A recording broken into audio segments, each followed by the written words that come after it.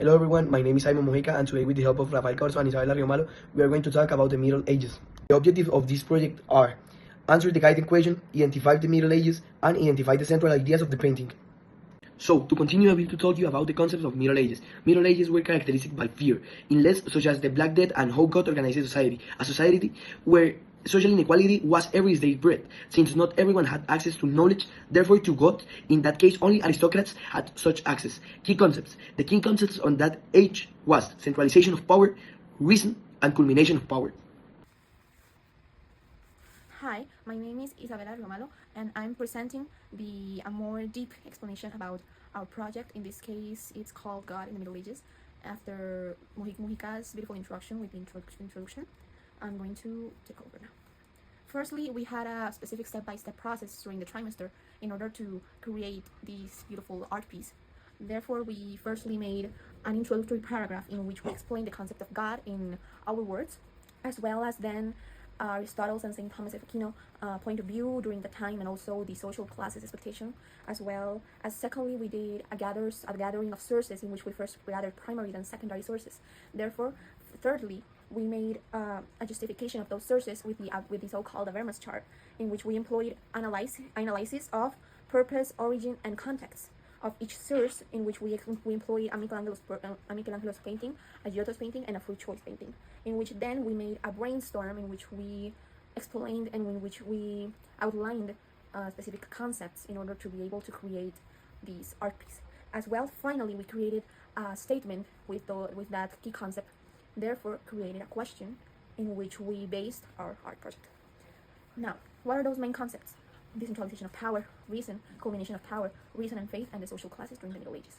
Firstly, if reason joins faith, provoking God to become what rules society between aristocrats and commoners, in a hierarchy way where it was impossible to change status among society. No matter how rich you are, you're always going to be a commoner. Society in some way later on provoking decentralization of power, therefore chaos, where it converts a politically active God into a neutral God. Instead of participating in leading the world, it became more of a knowledge, an available knowledge for everyone rather than the aristocrats.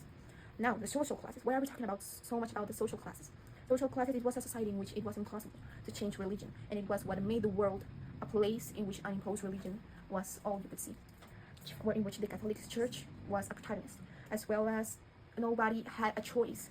It was everything how they wanted, like the people with power wanted, like the aristocrats and the church, as well as the king, who was chosen by God, depending on the Catholic Church, as well as in which you could either live well or live between filth, and therefore the Black Plague, which was a disease that killed 1/4 of the society in the time.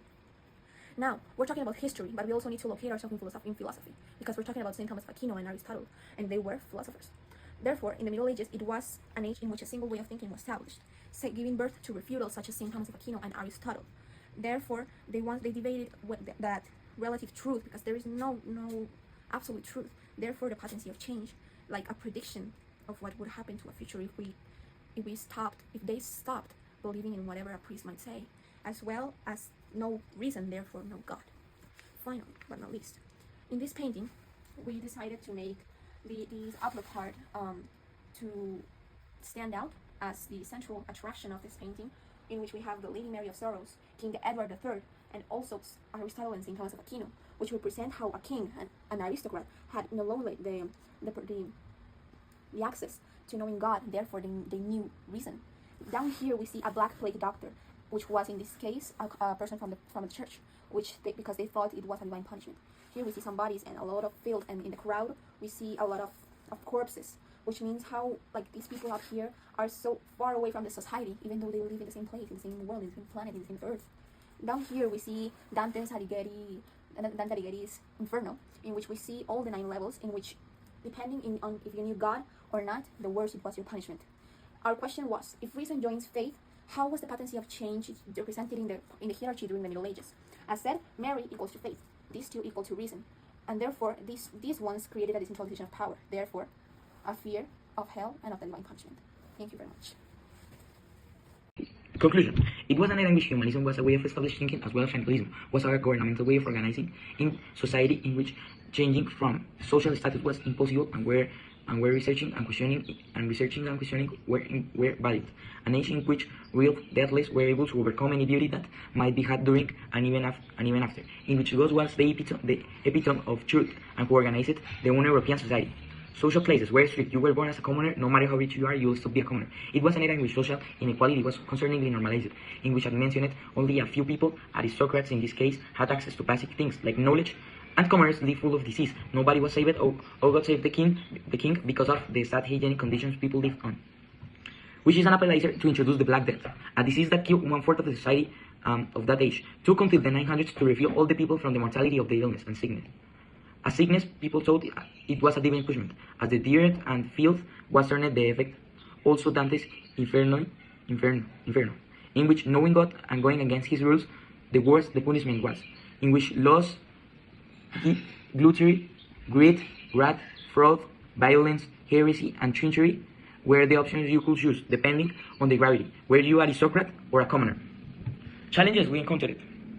The challenges we faced during the research process were mainly choosing a secondary source, since it was noticeable that there were many analyses of the source as well as the analyses weren't as specific, which made it as hard at the research question. Another challenge was regarding the research question was as hard. The main difficulties were trying to structure statements in order to create a coherent but easy questions to visually represent afterwards. Solutions. We faced looking at trustworthy sites such as PDF teams nailed the king of analysis that responds each detail from each primary source, in this case, the paintings. As for the research question, we discussed and organized our ideas on a paper in a way that answered the key concepts, therefore formulated the question.